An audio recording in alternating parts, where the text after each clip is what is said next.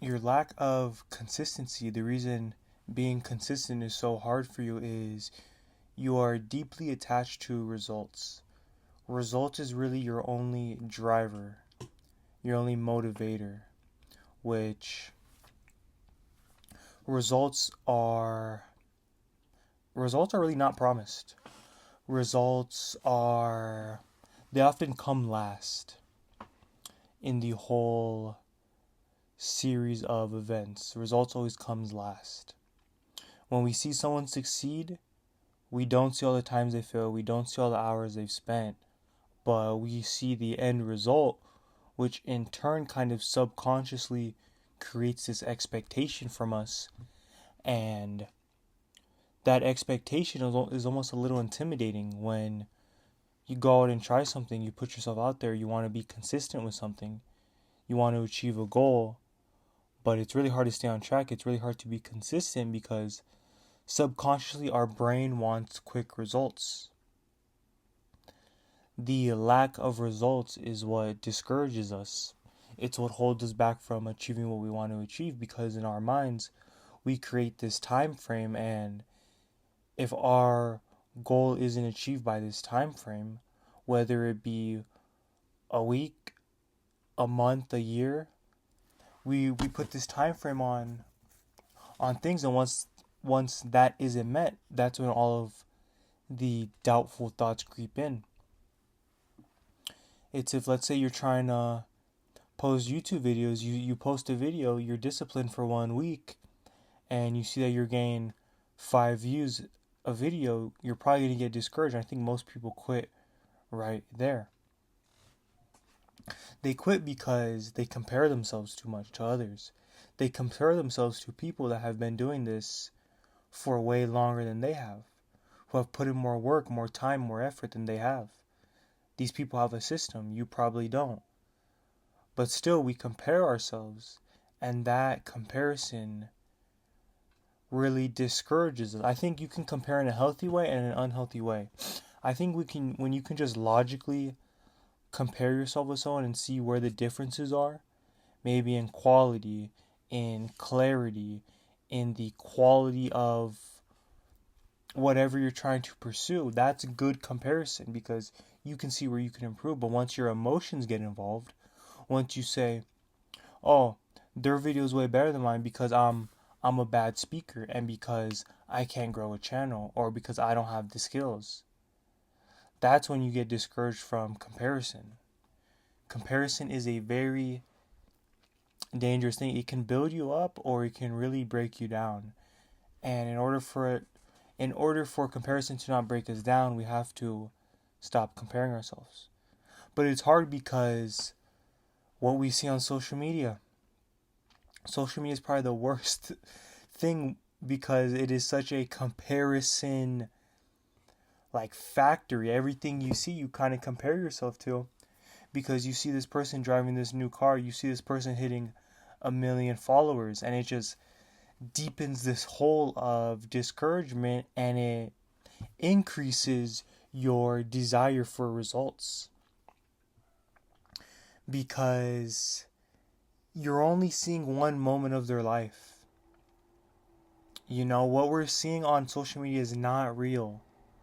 People put on a show, but yet we still compare ourselves so deeply, and we compare their high, their peak that they choose to show us on social media to our everyday lives. And in our everyday life, we're going up and down every day. You know, there's highs and lows. And for most of the time, you're comparing your lows, your worst attributes, to someone's peak, who you don't know the story behind. You don't know if their life is that good. You don't know if their life is that bad. You know, you really don't know. You just don't know what's happening in their life, you know? And just seeing the results, the prizes that everyone has to show, the materialistic things that everyone has to show, they're all results. Though that expensive car is a result of the work they've put in. Or it could be a result of, it could be a rental. Like, we really don't know. So wasting our time on social media, especially comparing ourselves on social media, and letting it discourage us is just very unhealthy. And also the way society is kind of built off of instant gratification. With our phones, we can look up anything. We can search up anything. If you want to look up how much a hippopotamus weighs, you can find out in 2 seconds. If you want to look at an exotic animal, an exotic car, you can look that up in 2 seconds. If you want to look at what someone's doing, you can find it in 2 seconds. So our brains have kind of become used to, once we have an objective, because of our phones and how quickly our phone can get it to that objective. Now when it comes to us putting in work,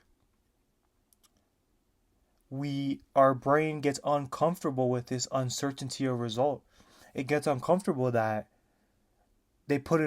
our brain gets uncomfortable because if we put in 1 day of work, we don't get a result immediately. But our whole society is built off of that. Let's say you want food. You don't have to go out and get food anymore. You can literally press a couple buttons on your phone, wait maybe 20, 30 minutes, and boom, you have food right there. Everything is at our fingertips. Everything is instant gratification. Short form content, instant gratification. You watch an interesting reel, you want to know what's happening. Usually a YouTube short is formatted in a way to keep you waiting for the prize. Short form content is literally engineered to keep you addicted. Because most short form content, they propose this, they make you wonder, they make you think what's going to come next. They make you want to find out. And in 30, 40 seconds, that's what you get. You get your prize. You learn whatever you want or whatever the video is based off of. You know what I'm saying? So that's why it is very hard for you to be consistent, because social media and society is wired for you to not be consistent. Subconsciously, it is teaching your brain the opposite traits of what consistency needs. Because if you really want great results, you're going to have to put in a lot of work and get no results out of it. That's just how it works. Look at a bodybuilder. They put in years of effort, training every day, eating what they have to, sleeping the right amount of time. They put in years of effort to look big, to be in shape. And we look at these people and we think, oh, they're lucky, or oh, it must be nice. That's probably the worst way you can think, is say, oh, it must be nice. Like they were just gifted a jacked body. It's like, no, we don't see the process that comes beforehand. And kind of, at least with me, what kind of discouraged me, what kept me from being consistent, is thinking too far into the future. Trying to kind of predict the future. I'm not saying don't set goals or just don't set goals. I'm not saying don't set goals. But what kind of discouraged me was thinking a year into the future, 2 years, and thinking I have to do this every day to get the result I want. And that thought was I can't even process that thought, because it is just so intangible, trying to grasp that amount of time in one moment, that kind of overwhelmed me and led me to inconsistency. Because at the time, doing something every day, being consistent for, let's say, a year or 2 years, was intimidating. And shoot, even then, to reach the goals I want to, it's going to take way more than 2 years of consistency. But I think thinking too far into the future will kind of really psych you out of what you want to achieve. So I think if you do want to become consistent, you need to have a good reason why. You really need to have a good reason, because consistency is not built off of motivation. You're not going to be motivated every day. And on those days where you have no motivation, you really need a good, genuine reason why you want to achieve this. You need to deep down think, why you want this result in your life. And you need to embrace and accept the fact that you're not going to get results for every action you take. It is, you get results from taking everyday actions, and eventually those compound. They compound just like, for example, if you multiply, they say, would you rather have $1 billion or a penny that doubles every day? And with the math, I think in like 28 days, you get way more than $1 billion. It's kind of like that, but on a stretched out level where the more action you put in and the more you can just be comfortable with uncertainty and be uncomfortable with no results,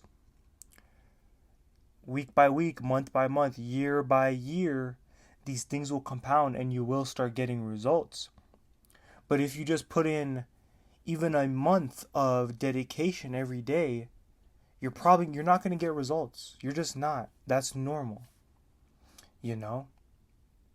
So we need to get out of our minds. We kind of need to stop believing social media and everything people tells us, because on social media everything is just portrayed to be way better than what it really is.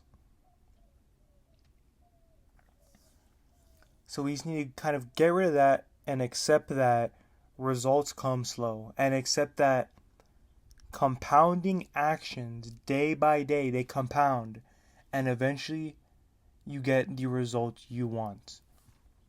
It might take 4 years. It might take 8 years. We really don't know the time limit. It could take 4 months. Let's say you get lucky. It could take 4. We don't know the time limit. So, I think understanding that most of your inconsistencies come from your attachment to results is a kind of a game changer. I think it'll help you out. But if you made it to the end of this video, thank you. Like, comment, subscribe, share, do all that. Thank you.